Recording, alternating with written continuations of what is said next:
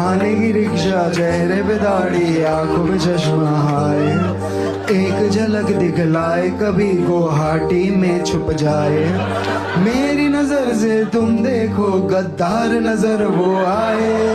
Stand up comedian Kamra, इन्होंने एक गीत के माध्यम से महाराष्ट्र के पूर्व मुख्यमंत्री और विद्यमान उप मुख्यमंत्री श्री एकनाथ शिंदे जी को अपमानित करने का प्रयास किया है। ये गलत है। बहुत पहले करके रिकॉर्ड किया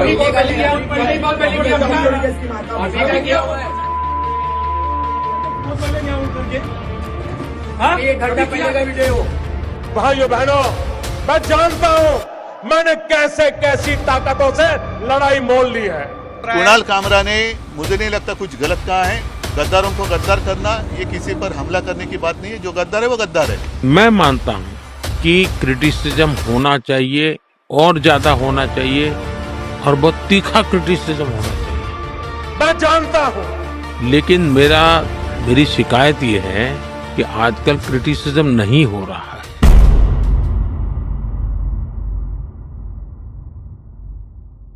सलीम कौशर का शेर है कि पहले इस जुल्म पर सर काट दिए जाते थे, अब तो इनाम दिया जाता है गद्दारी पर। इमरान प्रतापगढ़ी का एक शेर है कि जो कहते हैं इस आंधी में पर न तोला जाएगा, जो इस बात पे खुश हैं हमसे लब न खोला जाएगा, उनसे कहो हम तूफानों से डरने वाले लोग नहीं, कातिल को मरते दम तक ही कातिल बोला जाएगा।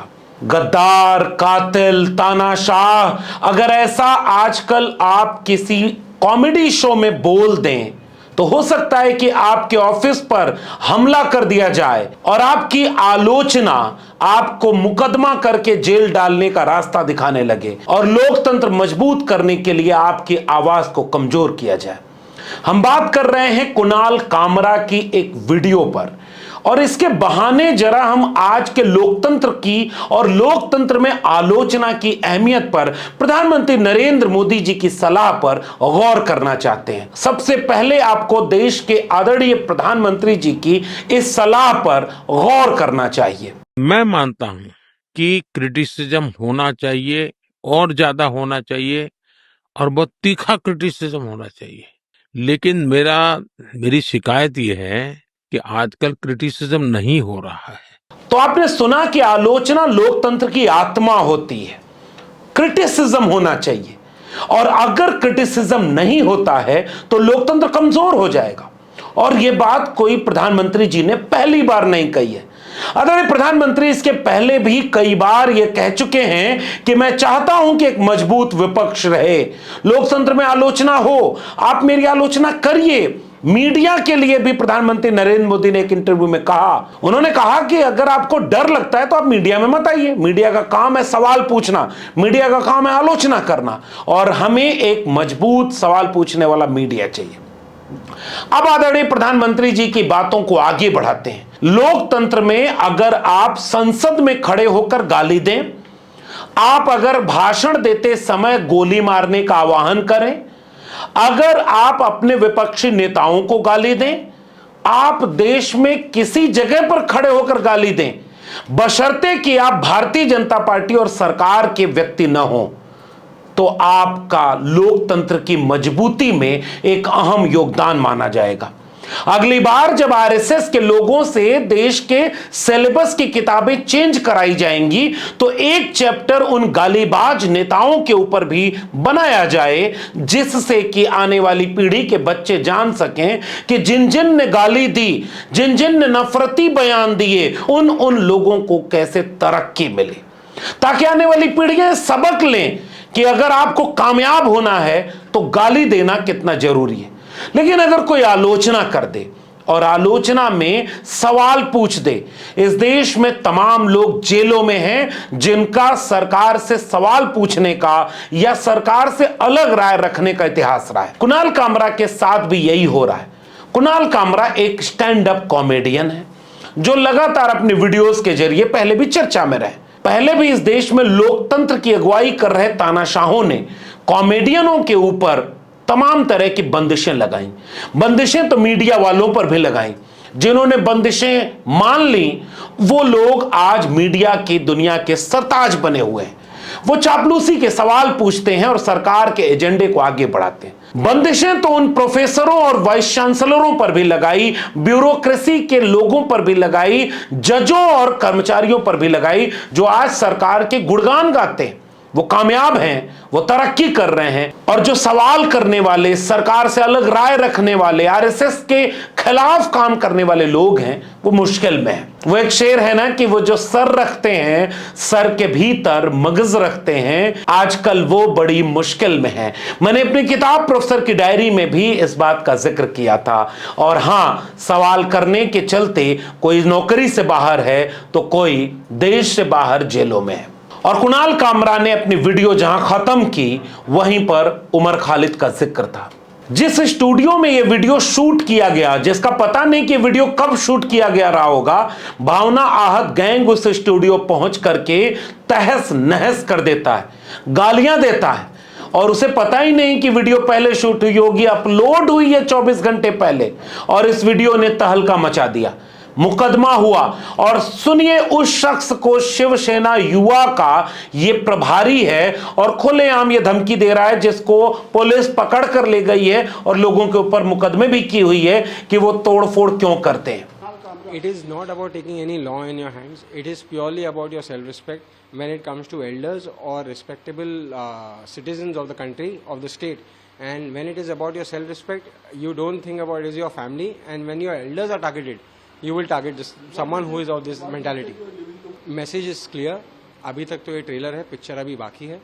Whenever you are in Mumbai, you will get a good lesson and purely in Shivsena style. और इस शख्स को आपने सुना गौर से, जो ये कह रहा है कि आप मुंबई आओगे तो शिवसेना स्टाइल में अभी आपका स्वागत किया जाएगा। ऐसा क्या कर दिया कुणाल कामरा ने?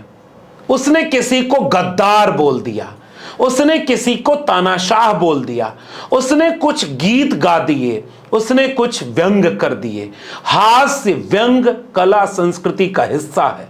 भाइयों बहनों, मैं जानता हूं मैंने कैसे कैसी ताकतों से लड़ाई मोल ली है। मैं जानता हूं कैसे कैसे लोग मेरे खिलाफ हो जाएंगे। मैं जानता हूं। इस देश में हास्य और कलाओं को, व्यंग को, विधाओं को इतनी आजादी दी गई थी कि सरकारें आलोचना सुन सकती थी। मगर इस देश का लोकतंत्र जब इतना मजबूत हुआ कि दुनिया में उसका डंका बजने लगा, 56 इंच का व्यक्ति जब प्रधानमंत्री बना, तो लोकतंत्र में आलोचना करने वाले लोगों को एक तरफ खामोश करने की तमाम कोशिशें की गईं। और उसी समय वो भाषण देते हुए इंटरव्यू में बोलते हैं कि आलोचना होनी चाहिए। मैं मानता हूं कि क्रिटिसिज्म होना चाहिए, और ज्यादा होना चाहिए, और बहुत तीखा क्रिटिसिज्म होना चाहिए। लेकिन मेरी शिकायत ये है कि आजकल क्रिटिसिज्म नहीं हो रहा है। उस आलोचना में कुणाल कामरा ने किया क्या, उस पूरी वीडियो को गौर से सुनिए। 45-46 मिनट की वीडियो जिसका नाम नया भारत है, और उस वीडियो में कुणाल कामरा बहुत विस्तार से बहुत सारे जरूरी विषयों पर अपने अंदाज में, अपने तरीके से अपनी टिप्पणी की है। आप कुणाल कामरा की किसी बात से असहमत हो सकते हैं, कुणाल कामरा जैसे लोगों की तमाम बातों से आप अलग राय रख सकते हैं और उनकी बात को स्वीकार न करें, मगर उसे बोलने नहीं दिया जाएगा। और उसने कैसे हिम्मत कर दी गद्दार को गद्दार कहने की। एक झलक दिखलाए, कभी गुवाहाटी में छुप जाए, मेरी नजर से तुम देखो गद्दार नजर वो आए। उस वीडियो को अगर आप गौर से सुनेंगे तो उसमें यह तक कहा गया है कि समाज में जो मर्द और औरत के बीच विभाजन है, उसमें अगर टाइम मशीन मिल जाए तो औरत पीछे नहीं जाना चाहेगी, क्योंकि उसके जीवन में मुश्किलें ज्यादा थी। आगे नहीं जाना चाहेगी क्योंकि वो आगे की मुश्किलों का पता नहीं है। मर्द पीछे चला जाएगा, आगे चला जाएगा, कुछ भी करेगा। इस बात की गहराई को लोग समझ नहीं पाए होंगे। इसी वीडियो में उसने कहा कि अगर मुझे टाइम मशीन मिल जाए तो मैं वापस लौट करके गुजरात के एक स्टेशन पर जाऊंगा और ये कहूंगा कि तुम्हारी चाय अच्छी नहीं है। फिर भी उसे गुस्सा नहीं आएगा, और जो गुस्सा नहीं आएगा तो वो एफआईआर नहीं करेगा। यानी अपनी इस वीडियो में कुणाल कामरा एफआईआर के जिक्र करते हैं। उसी वीडियो में वो चीन के वन पार्टी सिस्टम का बात करते हैं कि वहां भी एक विपक्ष है लेकिन कमजोर है, वहां केवल सत्ता पक्ष है, इसलिए चीन तरक्की कर रहा है। कुछ लोग इसीलिए तो इस देश में कहते हैं कि भारत को अगर तरक्की करना है तो विपक्ष को खत्म कर दो, उसकी आवाजों को दबा दो, उसके आंदोलनों को आवाज मत दो और उनकी मुहिम को देश में टीवी पर दिखाओ भी मत और लगातार विपक्ष से सवाल करो। इस वीडियो में यह भी था। इसी वीडियो में अंबानी के बेटे की शादी, अंबानी के अपने बेटे को जंगल गिफ्ट कर देना, पत्रकारों को बुलाकर जंगल का प्रचार करना, जियो एक तरफ, बेटे का बिजनेस एक तरफ, और इसको इशारे में वो अमित शाह के बेटे से जोड़ना, ये भी इस वीडियो में था। इसी वीडियो में कोविड के ऊपर भी टिप्पणी है कि कैसे इस देश में कोविड के समय को, आपदा को अवसर में बदलने का काम किया गया। थाली बजवाना, ताली बजवाना, गोबर से लेकर के तमाम चीजों का जिक्र इस वीडियो में सटायर और व्यंग्य के अंदाज में है। इस पर भी विवाद नहीं हुआ। इसी वीडियो में पटाखा चलाना, मुसलमानों को चिढ़ाना, कब्र खोदना, इतिहास में पीछे लौटकर बदला लेना और हलाल मीट खाना, नहीं खाना, वेजिटेरियन होना, मंगलवार को न खाना, 12 बजे के बाद खाना जैसे विषयों पर भी कुणाल कामरा ने टिप्पणी की। क्या यह बात भी बुरी लग गई? कुणाल ने यह भी कहा कि इलेक्ट्रिक अगरबत्ती जब से आई तब से मेरी भावना आहत हो गई, और इस बात को कहते हुए वो अपने अंदाज में कहता है कि सेव हिंदुत्व फ्रॉम हिंदूज, यानी इस देश में झोल है, और बहुत विस्तार में अपनी बातों को कुणाल कामरा इस वीडियो में कहना चाहता है। महाराष्ट्र का जिक्र आते ही कुणाल कामरा की वीडियो का वो हिस्सा आ जाता है जहां से विवाद शुरू हो गया। महाराष्ट्र में पिछले चुनाव के समय और उसके पहले बीजेपी ने जो किया, कुणाल कामरा ने अपने अंदाज में उस पर टिप्पणी की कि पहले बीजेपी से शिवसेना को निकाला, फिर शिवसेना से शिवसेना को बाहर कर लिया, और एक व्यक्ति ने कैसे महाराष्ट्र की पॉलिटिक्स को बदल दिया। उस पर एक गाना, उस पर एक गीत कुणाल कामरा ने गा दिया। थाने की रिक्शा, चेहरे पे दाढ़ी, आंख पे चश्मा, और कहा क्या जाए, और उस गाने के बीच में गद्दार शब्द आ गया। सबको पता चल गया कि गद्दार कौन था, और परिवारवाद का विरोध करने वालों ने बाप बदल दिया और परिवारवाद को एक्सेप्ट कर लिया। यही बात महाराष्ट्र की पॉलिटिक्स में इतनी अहम थी जो वहां के कुछ लोगों की भावना को आहत कर गई।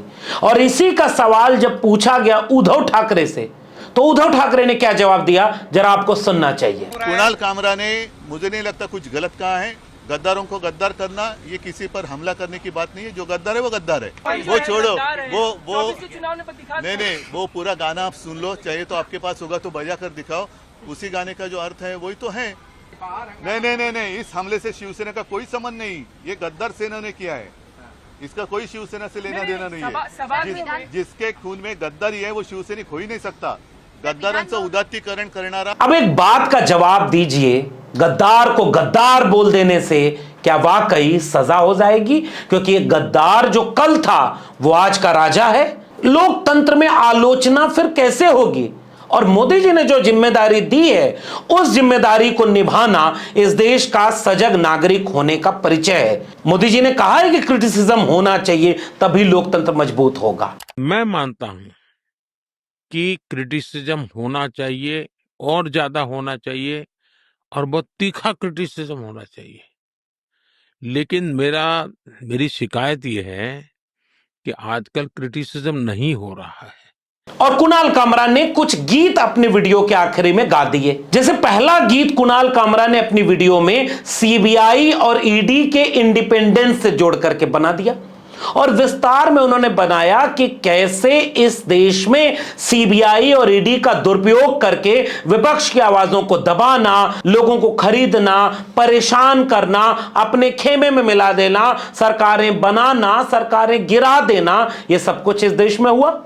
क्या यह गीत बुरा लग गया? महाराष्ट्र की राजनीति, सीबीआई ईडी का दुरुपयोग और इंडिपेंडेंस, इसके बाद तीसरा गीत कुछ और खास था, और वो तीसरा गीत खुदाई से जुड़ा, तानाशाही तक गया। इस देश में खुदाई करके पुराने इतिहास के पन्नों को पलटकर भारतीय जनता पार्टी जो नफरत का व्यापार करना चाहती है, इस देश में कला, संस्कृति और अलग तरह से अपनी राय रखने वाले लोग इसकी आलोचना कर रहे हैं। कुणाल कामरा के गीत ने भी कर दी। क्या यह गीत बुरा लग गया? फिर एक गीत कुणाल कामरा ने टैक्स सिस्टम से लेकर के निर्मलताई पर सुना दिया। क्या यह बात बुरी लग गई कि टैक्स को लेकर के ये जो हो रहा है ये गड़बड़ है क्या? वीडियो के आगे वाले हिस्से में कुणाल कामरा ने विकसित भारत का एंथम गा दिया, और वह एंथम ऐसा कि लोगों के नींद हराम हो जाए। क्या वही गीत बुरा लग गया? फिर एक गीत उन्होंने गाया कि मुख्यमंत्री हो तो कैसा हो, और वो मुख्यमंत्री ऐसा हो जिसमें आपको कभी असम की याद आएगी, कभी महाराष्ट्र की याद आएगी, कभी उत्तर प्रदेश की याद आएगी, तो कभी गुजरात की याद आएगी। और आलोचना लोकतंत्र की आत्मा है, और इसलिए कुणाल कामरा ने मुख्यमंत्रियों की आलोचना अपने ढंग से कर दी। यह एक पॉलिटिकल सटायर है। क्या यह जरूरी था? क्या यही पॉलिटिकल सटायर बुरा लग गया? और आखिर में कुणाल कामरा ने तानाशाह को सीधे एड्रेस किया। गद्दार से शुरू हुई बात तानाशाह पर खत्म हुई, और उस सब के बाद जो मास्टर स्ट्रोक चला वो संविधान की प्रति को हाथ में लेना। कुणाल कामरा ने अपने वीडियो के आखिरी हिस्से में संविधान की प्रति को हाथ में लेकर के एक गजब का व्यंग किया, जिससे मैं भी सहमत हूं। इस देश के IIT में पढ़ने वाले, MBA MCA करने वाले, सो कॉल्ड प्रोफेशनल डिग्री करने वाले लोगों को पता नहीं, पता भी है या नहीं पता है कि देश में संविधान का मतलब क्या है। और इसी बात को तंज करते हुए कुणाल कामरा ने कहा कि यह संविधान है जो हमें इजाजत देता है कि हम अपने समय से अपने अंदाज में संवाद करें, हम सवाल करें, हम आंख में आंख डाल करके सवाल करें, आप उस सवाल पर बात करें, ना कि स्टूडियो तोड़ दें। यानी कुणाल कामरा को इस बात का कायदे से अंदाजा था कि यह सब कुछ हो सकता है, और जाते जाते उमर खालिद की फोटो को स्क्रीन पर छोड़ जाना और इस बहस को नए सिरे से जन्म दे देना कि इस देश में राजनीतिक बंदियों की बात क्यों नहीं होती। इसी उत्तर प्रदेश से लेकर के पूरे देश में आज भी मैं दावे से कह रहा हूं, राजनीतिक बंदियों में या अंडर ट्रायल मामलों में इस देश में SC ST OBC बोलने वाले, सवाल करने वाले और अपनी अलग राय रखने वाले ही कैद हैं। रमाशंकर विद्रोही की मुझे कविता वो याद आ गई कि मुझको लगता है मेरा वतन जेल है, सब कैद हैं यहां कैदियों की तरह, जब सब कैद हैं तो मैं कहां जाऊंगा, अब कहां जाऊंगा जब वतन जेल है। इस देश में बात होनी चाहिए, सवाल होना चाहिए। इनसे भी सवाल हो जो सरकार में बैठे हैं, उनसे भी सवाल हो जो मीडिया में बैठे हैं, और सच बोलने के लिए कीमत चुकानी पड़ती। नरेंद्र दाभोलकर, गोविंद पंसारे, कलबुर्गी, गौरी लंकेश से लेकर के तमाम लोग मार दिए गए सच बोलने के नाते। शहीद जगदेव बाबू से लेकर के तमाम लोग बहुजन नायकों में हाशिए पर ढकेल दिए गए अपनी राय रखने के लिए। इसी देश में चुटकुले में उड़ा दिया गया लालू प्रसाद यादव, मुलायम सिंह यादव, आदरणीय मायावती जी, मनोहर कांशी राम जी के तमाम संघर्षों को इस देश ने कभी न्याय नहीं किया। इस देश के कुलीन बुद्धिजीवी एलीट लोगों ने इस देश के वंचित शोषित कमेरा के साहित्य को, कलाओं को, उनके विचार को कभी जगह नहीं दी। इसलिए अब खुलकर इस पर बात होनी चाहिए कि अगर आप किसी की बात से असहमत हैं तो क्या करेंगे। जाते जाते दुनिया भर में प्रचलित एक छोटा सा किस्सा जो अलग अलग रूपों में अलग अलग जगह चलता है। एक बार एक तानाशाह राजा ने एक कवि की हत्या करवा दी क्योंकि उसे उसकी कविता पसंद नहीं आई जो राजा से सवाल करती थी। कुछ दिनों बाद उसकी बेटी ने अपनी मां से पूछा कि मेरे पिता की हत्या क्यों हुई, तो मां ने बताया कि बेटा तुम्हारे पिता की लिखी हुई एक कविता तानाशाह राजा को पसंद नहीं आई थी, इसलिए उसने तुम्हारे पिता को मरवा दिया। बेटी के जवाब में आज के वक्त का सबसे अहम जवाब है। बेटी ने कहा कि अगर राजा को कविता पसंद नहीं थी तो वो दूसरी कविता लिख देता। बाकी आपके ऊपर कि आप इन सारे मसलों पर क्या राय रखते हैं।